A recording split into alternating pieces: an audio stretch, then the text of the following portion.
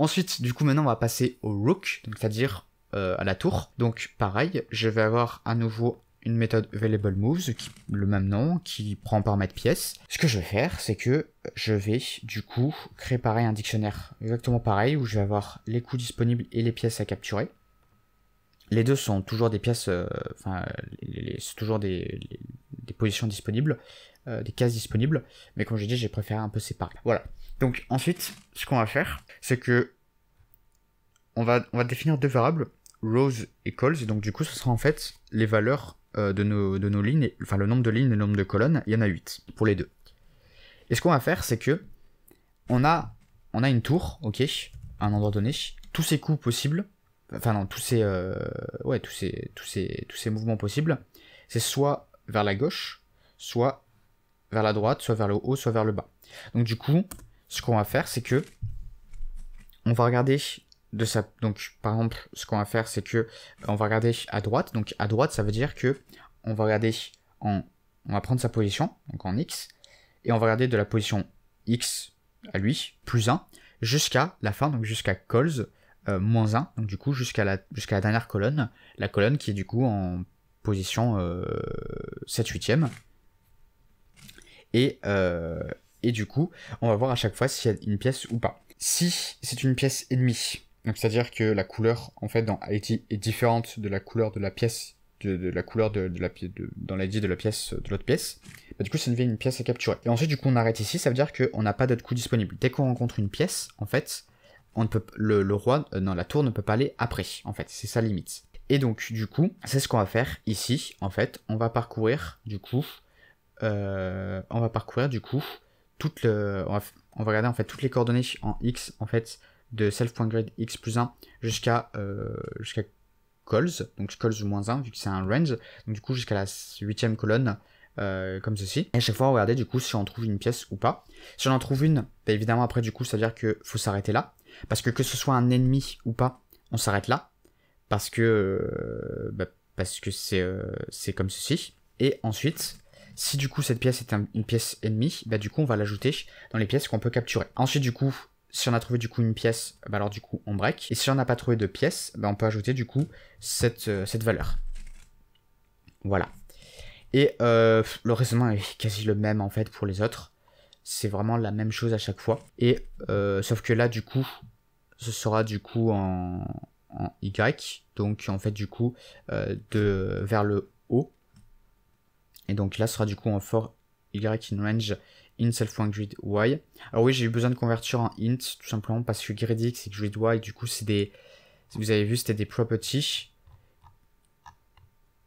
Et du coup, c'est des objets, en fait, de Kivy. Donc du coup, il faut les reconvertir. Normalement, ça se fait automatiquement, mais là, ça se faisait pas. Je crois que c'est parce qu'en fait, je crois que... vous savez, en Python, dans n'importe quelle classe, enfin, dans n'importe quel langage, je crois, enfin, dans plein de langages comme le C++, on peut... quand on peut représenter un objet par une valeur, vous voyez. Et je crois qu'en fait la valeur, quand on fait self.grid, c'est un float. Ce qui paraît pas déconnant, parce que c'est plus facile en fait, du coup, notamment quand on a des relatives, quand on a des nombres à virgule, comme par exemple quand on a des relatives layout. Mais du coup, ici, nous, étant donné que c'est un range, il nous faut un entier. Voilà. Ensuite, du coup, on fait pareil pour le reste, pour les autres côtés. Donc là, du coup, pareil pour un Y. Et là, ça va être vers le bas, en fait, jusqu'en bas du plateau. Où là, du coup, en fait, on décrémente cette fois-ci. Puisque, bah, on diminue, en fait. On va jusqu'en bas. Et pareil, on regarde si à chaque fois, il y a une pièce à cette coordonnée. Et si c'est le cas, et bah, du coup, on break. Si c'est une pièce ennemie, bah, d'abord, on dit que, bah, on peut la capturer. Et si après, on break. Et si on n'a rien trouvé, bah, ça veut dire que c'est bon, on peut y aller. Vu qu'on a regardé toutes les coordonnées de toutes les pièces. Voilà, pareil du coup pour ici, et ensuite du coup on peut renvoyer les coups disponibles, on peut renvoyer du coup notre dictionnaire, voilà. Ok, donc maintenant on va s'attaquer au cavalier, donc les cavaliers à nouveau pareil, même méthode, on crée du coup ensuite notre dictionnaire, et là vous voyez qu'il y a un create moves. Alors on va regarder le create moves d'abord. Alors, ce qu'il fait en fait, c'est juste que il va nous créer en fait tous les... Là, ce qu'on va faire, c'est qu'on va partir un peu... Avant, vous voyez, on regardait en fait si on pouvait faire un coup, si on pouvait mettre la pièce dans une certaine case. Si c'est le cas, on pouvait le faire. Là, ce qu'on va faire, c'est qu'on va faire un peu l'inverse. c'est-à-dire qu'on va ajouter toutes les possibilités, enfin tous les coups possibles que peut faire notre cavalier. Et ensuite, on va les supprimer au fur et à mesure si on trouve que ce coup soit n'existe pas. C'est-à-dire que s'il me dit ouais, il y a un coup possible en 9-9, j'invente mais oui, c'est pas possible en fait. Parce que selon où est le cavalier, en fait, il y a des coups qui n'existent plus parce qu'il est sur un bord en fait du jeu. Donc on va tous les créer. Donc ça du coup ça reprend en fait toutes les coordonnées en fait pour faire tous les coups possibles en fait d'un cavalier. Donc vous voyez un cavalier, vous souvenez-vous, ça veut dire que tout autour de lui il y a un carré de cases en fait un peu, si on peut imaginer ça comme un carré. Et après du coup il y a deux coups en fait à chaque fois sur les rebords, enfin sur les coins des carrés, si on peut essayer d'imaginer ça comme ça. Et ensuite ce qu'on va faire c'est que je vais regarder du coup si ces coups sont possibles, c'est-à-dire que leurs valeurs sont inférieures ou égales à 7 et supérieures ou égales à 0. Voilà, parce que là je fais des additions comme ça un peu à la volée, ça se trouve en fait c'est des coups qui n'existent pas. Voilà, donc du coup je crée les coups de base, et ensuite ce que je vais faire c'est que je vais parcourir toutes mes pièces, et je vais voir en fait si dans une des coordonnées, si une des pièces a les mêmes coordonnées que les coordonnées en fait où pourrait aller mon cavalier. Si c'est le cas, si c'est une pièce qui a la même couleur que lui, bon du coup j'enlève la pièce, j'enlève le coup, parce que je peux pas y aller. Si par exemple c'est pas de la même couleur, alors là c'est bien, là, ça veut dire que je peux manger une pièce. Et c'est exactement ce que je fais. Et j'ai failli dire qu'il y avait un problème parce que je voyais que pour le cas où la pièce est blanche, mais non, c'est aussi le cas quand la pièce est noire. Donc c'est bon, donc voilà, c'est exactement ce que je fais, je parcours toutes les pièces, et ensuite du coup, si la couleur de la pièce est de la même couleur, si elle est blanche comme nous, alors du coup, je le revérifie ici. Ah oui, mais non, je regarde d'abord la couleur du cavalier, et ensuite je regarde la couleur de la pièce. Donc du coup, là, ça veut dire que mon cavalier est blanc et j'ai une pièce blanche. Donc, du coup, si la coordonnée est la même que une des coordonnées de mon cavalier, donc je fais du coup piece grid X, piece grid Y, entre parenthèses, donc c'est un tuple que je fais. Si ce tuple existe dans available moves, dans la valeur dans mon tuple de tuple, ou dans ma liste de tuple, dans ma liste de tuple, je la supprime. Oui, je supprime parce que c'est une liste. Voilà, donc il faut faire bien une liste. Je supprime du coup mon tuple piece grid X, piece grid Y, donc ça me supprime du coup ce tuple ici. Voilà. Si par contre la couleur c'est un noir, c'est-à-dire l'inverse, du coup, je peux, déjà je l'enlève de Available Moves et je le mets dans Pieces to Capture. Ça aussi, évidemment, ce code aurait pu être un petit peu optimisé, parce que vous voyez que c'est deux fois la même chose. En fait, ce qu'on aurait pu faire, c'est qu'on aurait pu juste regarder que si piece.id de 0 à 5, en fait, donc je fais un slicing de l'index 0 jusqu'à l'index 5, 5 exclu, si c'est différent en fait de self.id, donc attendez, je vous l'écris.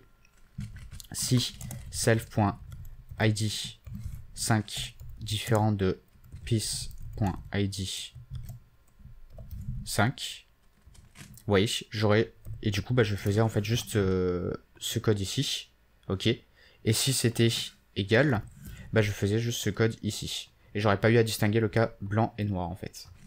Voilà, je l'ai fait des fois pour d'autres classes, enfin d'autres méthodes, là je pourrais le faire aussi, je vais peut-être me le mettre.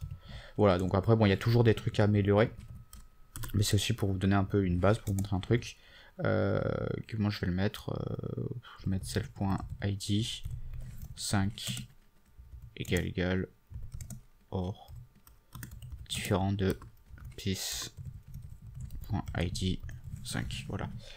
Et du coup ça facilite pas mal le truc, mais ça du coup, on va dire c'est un peu la version naïve, mais comme ça moi on voit un petit peu tout, en fait, tous les cas. Mais c'est juste que c'est un peu plus redondant, ça leur dit un peu le code, puisque c'est toujours la même chose en fait, hein. C'est juste que là, une fois c'est noir, une fois c'est blanc, ouais bon, on s'en fout un peu quoi. Enfin c'est redondant quoi. Et ensuite du coup je peux renvoyer là mon dictionnaire. Ensuite maintenant on va s'occuper du bishop, donc c'est-à-dire du fou. Donc lui il est un peu particulier, c'est que du coup il peut se déplacer que dans les diagonales. Bon, pareil, ce qu'on va faire, c'est qu'on va créer un dictionnaire. Pareil, on va passer en paramètres les pièces du coup de notre jeu. Donc les pièces, en fait, c'est l'ensemble des widgets pièces, en fait, de ChessPiece. Voilà. On aura un conteneur après que vous verrez, bien pratique. Donc ensuite, ce que l'on fait, c'est qu'on fait du coup, on va parcourir en fait en diagonale.